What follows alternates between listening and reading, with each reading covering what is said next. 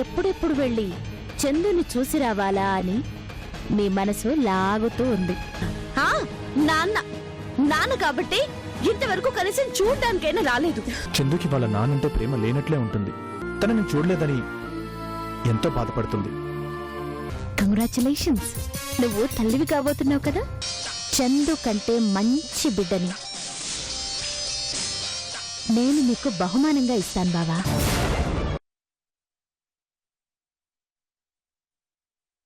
చందు మీ కన్న కూతురు. చిన్నప్పటి నుంచి తెలియక తను ఏమన్నా తప్పులు చేసినా మీరు వాటిని సహించే ఉంటారు కదా. మరి ఇప్పుడు మాత్రం ఎందుకు ఫీల్ అవ్వాలి? రండి అంకుల్, మీరు కనిపిస్తే చాలు చందు ఆనందంతో మురిసిపోతుంది. నా మాట వినండి అంకుల్. వెళ్ళండి నాన్నగారు, ఎంతైనా మీ కన్న కూతురే కదా. వెళ్ళడం మీ ధర్మం. వెళ్ళండి.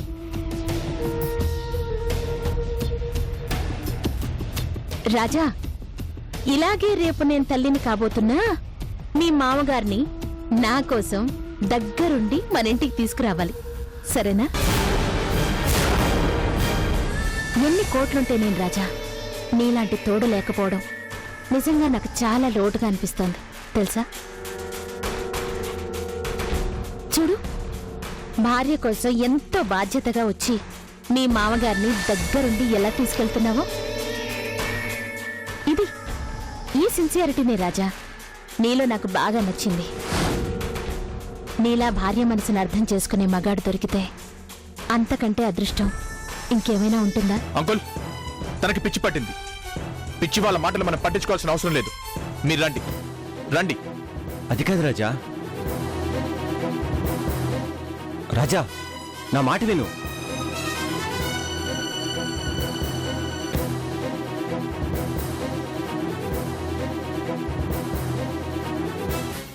అది కాదు రాజా. ఎక్కండి అంకుల్, ప్లీజ్ ఎక్కండి.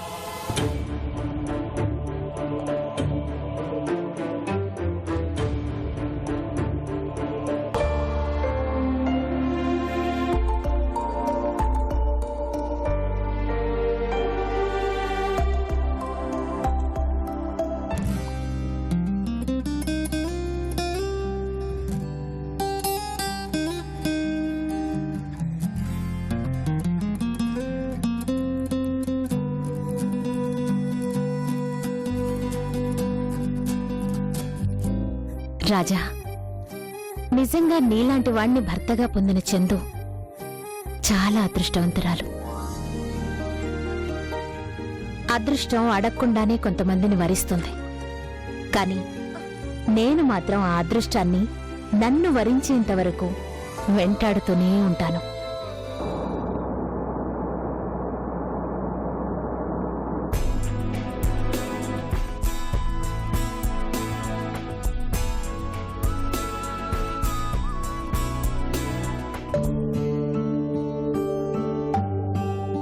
నవీన్, హే హాయ్ జయ్. ఎలా జరిగింది అక్కడ ఎగ్జిబిషన్? సూపర్ గా జరిగింది. అక్కడ అన్నింటికంటే మన స్టాల్కే మంచి రెస్పాన్స్ వచ్చింది తెలుసా. రియలీ? ఎస్ జయ్, దీనివల్ల మనకి సేల్స్ సూపర్ గా పెరుగుతాయి.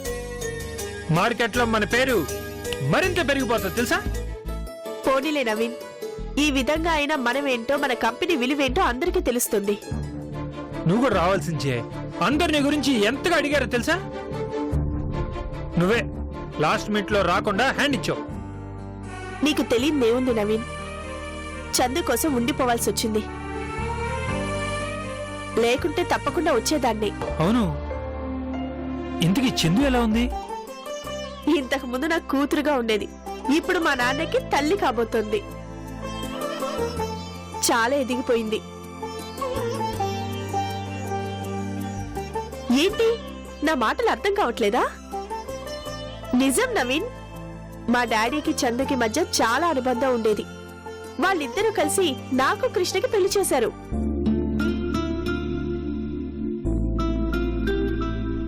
చందుకి ఒంట్లో బాగోలేదంటే డాడీ ఎంత టెన్షన్ పడేవారో తెలుసా. ఒక రకంగా చెప్పాలి అంటే డాడీకి నాకన్నా చందు అంటేనే ప్రాణం.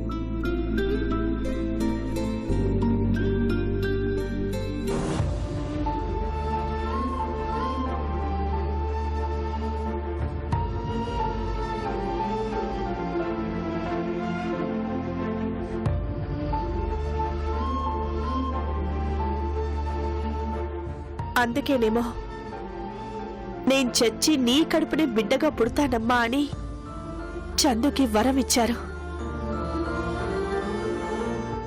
ఆ వరం నెరవేర్చడం కోసమేనేమో చందుకి బిడ్డగా పుట్టబోతున్నారు.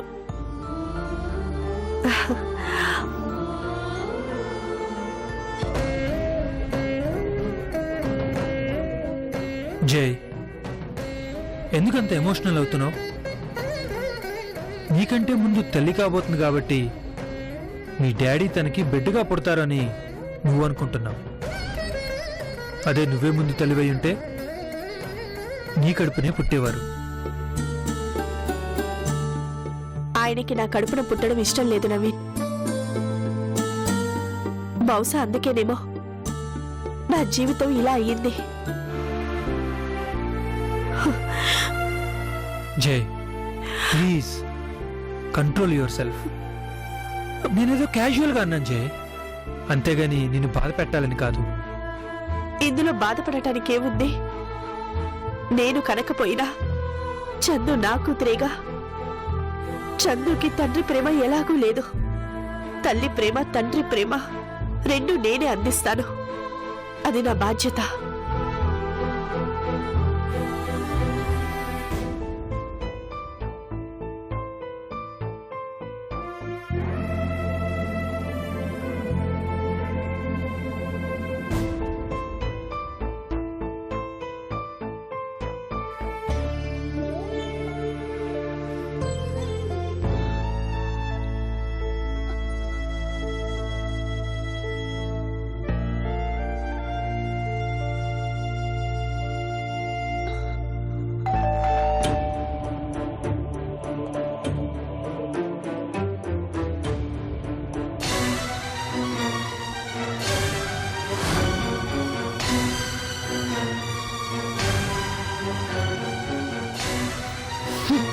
ఎలా ఉన్నావు చందు?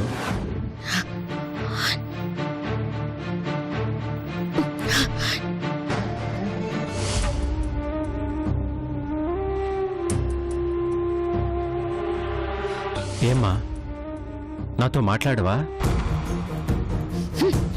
చందు ఆగు.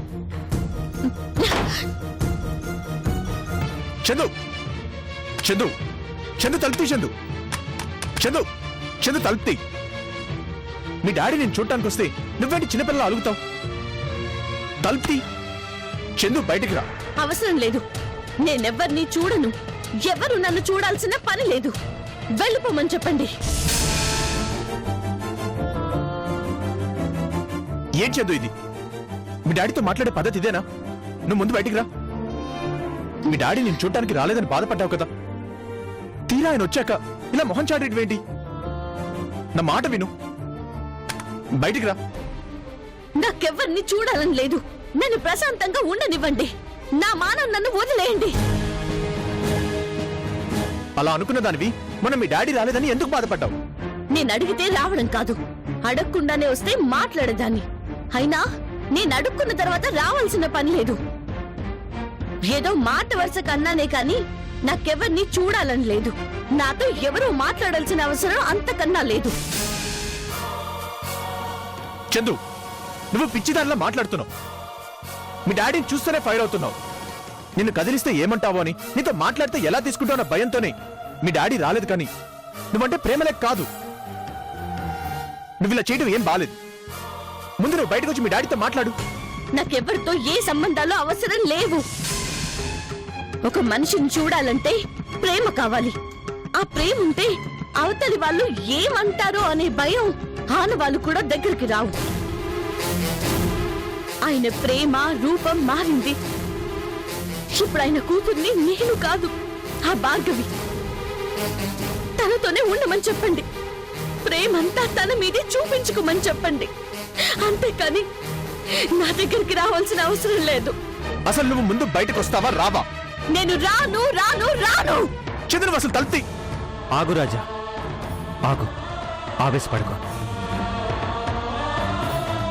తనకిష్టం లేదంటుంటే తనని ఇబ్బంది పెట్టొద్దు. పర్వాలేదు రాజా.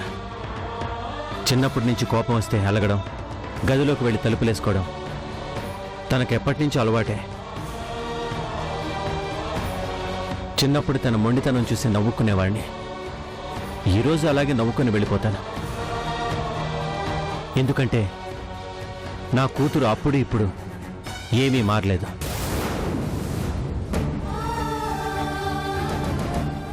తనను ఒకసారి కళ్ళారా చూశాను కదా, అది చాలు. నువ్వే తనని జాగ్రత్తగా చూసుకో. వస్తాను.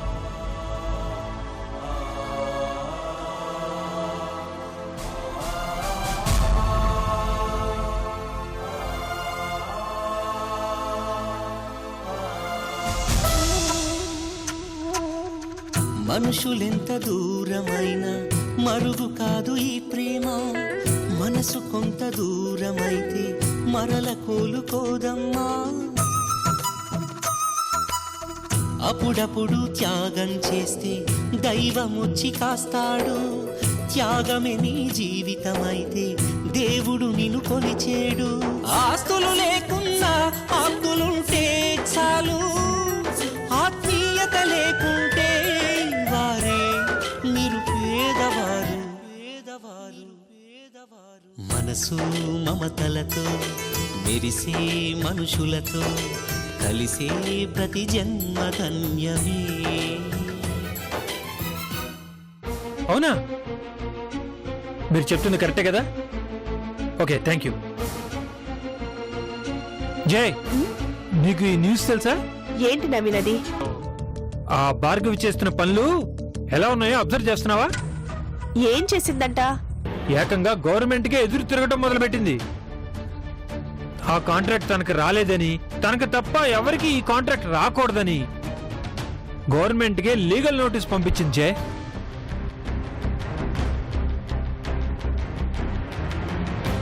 ఇందులో ఆశ్చర్యం ఏముంది? తను పంపించకపోతే ఆశ్చర్యపోవాలి, కానీ పంపిస్తే వింతే ఉంది. నాకు తెలుసు నవీన్, ఆ భార్గవి ఎంతకైనా తెగించే మనిషి అని. తను అనుకున్నది సాధించడానికి ఏమైనా చేస్తుంది. ఏది ఏమైనా మనం వర్క్ చేయాల్సిన డిపార్ట్మెంట్ తో డైరెక్ట్ గా ఇలా గొడవకి దిగటం ఎంతవరకు సమంజసం చెప్పు జే? మరీ మూర్ఖత్వం కాకపోతే వాళ్ళతోనే గొడవ పెట్టుకుంటుందా?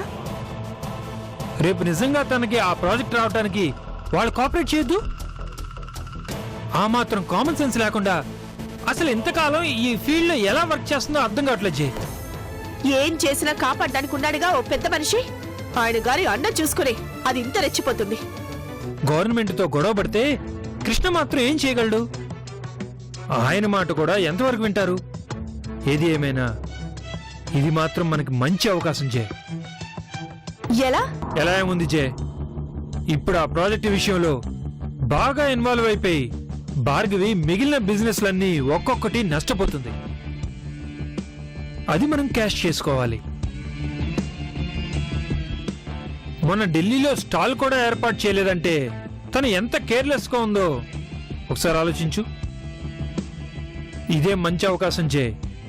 ఇప్పుడు గనక మనం మార్కెట్ ని మన గుప్పెట్లో తెచ్చుకున్నామంటే ఇంకా మనకి తిరిగే ఉండదు.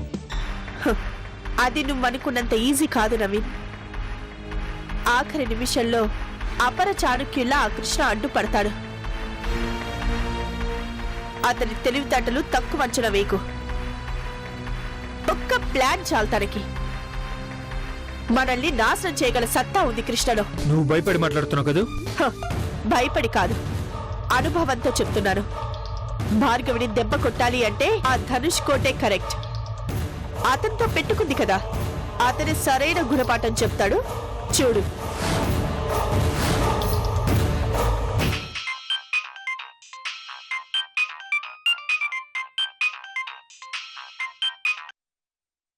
హలో, ఏంటి కోడల పిల్ల, పిచ్చి పిచ్చిగా ఉండాదా? నోటీసులు పంపించినావంట, మంచిగా బతకాలం లేదా? ఏయ్, పిచ్చి పిచ్చి వాగుడు వాగావంటే జైలు ఊచలో లెక్క పెట్టాల్సి వస్తుంది. జైలు మనకు కొత్త కాదమ్మడు, అసలు మనం మొదలైంది ఆడ నుంచే. అయినా ఈ స్టేట్లో మనల్ని అరెస్ట్ చేసే దమ్మున్న పోలీసోడు, నా మాట వినని పొలిటీషియనో ఇంకా పుట్టలేదు. నా దారికి అడ్డు రాకుండా ఆ నోటీసు మర్యాదగా వెనక్కి తీసుకో. తీసుకోకపోతే ఏం చేస్తావు? చూడమ్మి, ఏదో నా కొడుకు మనసు పడుతూ ఉండాడని ఇంతవరకు వదిలేసినాను. లేదంటే ఏనాడో నీ తాట వలిచేసేవాణ్ణి. ఏయ్, ఇప్పుడు కూడా నీకు అవకాశం ఇస్తున్నాను అంటే అది నీకోసం కాదు, నా కొడుకు మొహం చూసి వదిలిపెడతా ఉండా. మర్యాదగా నోటీసు వెనక్కి తీసుకొని కోడలిగా వచ్చి చక్కగా నా కొడుకుతో కాపురం చేసుకో. అటు ప్రాజెక్టు వస్తాది, నీ మెడలో తాళి పడతాది. లేదంటే అన్యాయంగా నీ ప్రాణం పోతాది. రేయ్, రేయ్, రేయ్!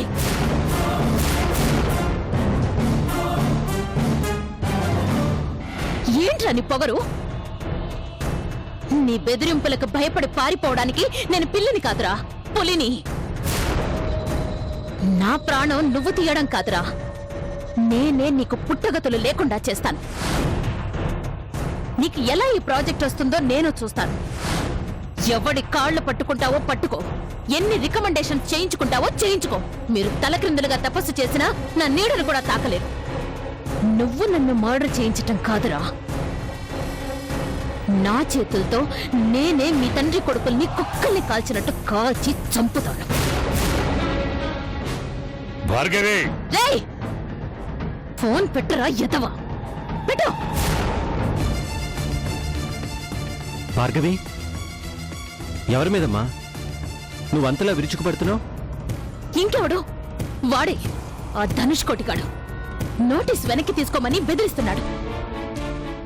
అయితే పోలీసులు కంప్లైంట్ ఇవ్వాలి గాని ఇలా నీవు రెచ్చిపోయి అరిస్తే ఎలాగమ్మా? అరవడం కాదు, వాడిని వాడి కొడుకుని కత్తికు కండగా నరుకుతా.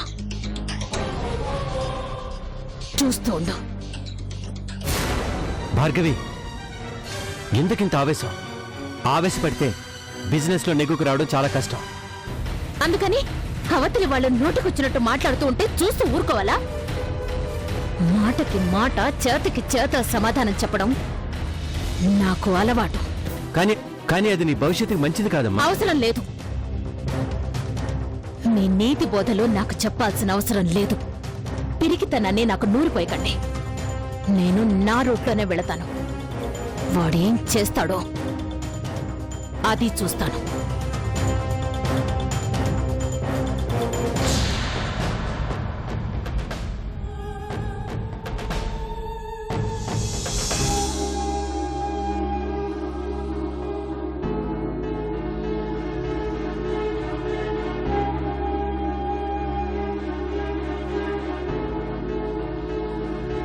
ఏమండి,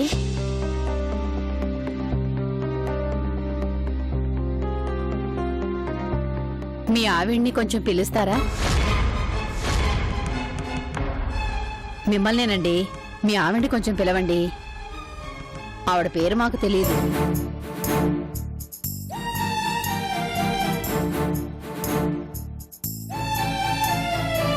జయ్, ఏంటి నవీన్?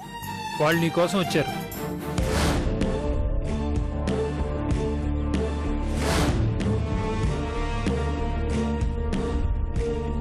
నమస్కారం అండి. నా పేరు విజయ. మేము ఈ కాలనీలోనే ఉంటున్నాం. ఈరోజు మంగళగౌరి వ్రతం చేసుకున్నాము. పసుపు తాంబూలం ఇచ్చి వెళ్దామని వచ్చాం.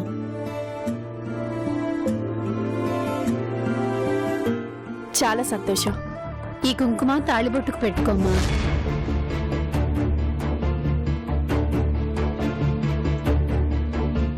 అలా చూస్తావేంటమ్మా? మంగళగౌరి వ్రతం చేసిన కుంకుమ తాళిబొట్టుకు అద్దుకుంటే ఆ గౌరీదేవి కటాక్షంతో నీ మాంగళ్యం కలకాలం నిలిచుంటుంది.